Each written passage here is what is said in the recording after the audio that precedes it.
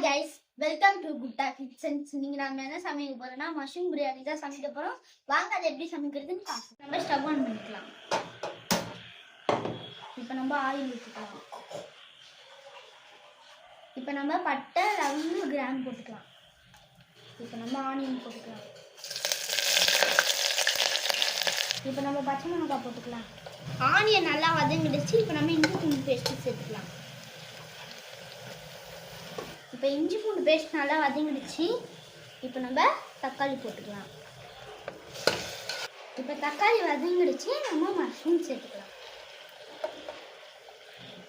இப்போ நம்ம மஞ்சள் தூள், பிரியாணி மசாலா, மிளகாய் தூள் சேர்த்துக்கலாம். இப்போ நம்ம புதினா, கொத்தமல்லி சேர்த்துக்கலாம். இப்போ நம்ம கொஞ்சம் நெய் சேர்த்துக்கலாம். இப்போ நம்ம அரை கப் தயிர் சேர்த்துக்கலாம். ஒரு கிளாஸ் அரிசிக்கு 2 டம்ளர் தண்ணி ஊற்றிக்கலாம்.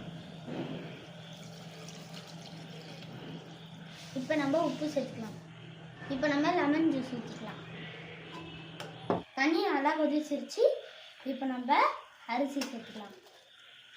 இப்போ நம்ம மூடி போட்டுக்கலாம்.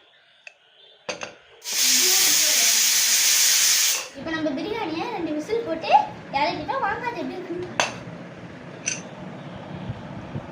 நம்ம மஷ்ரூம் பிரியாணி ரெடி ஆயிடுச்சு. வாங்க நம்ம டேஸ்ட் பண்ணி பார்க்கலாம்.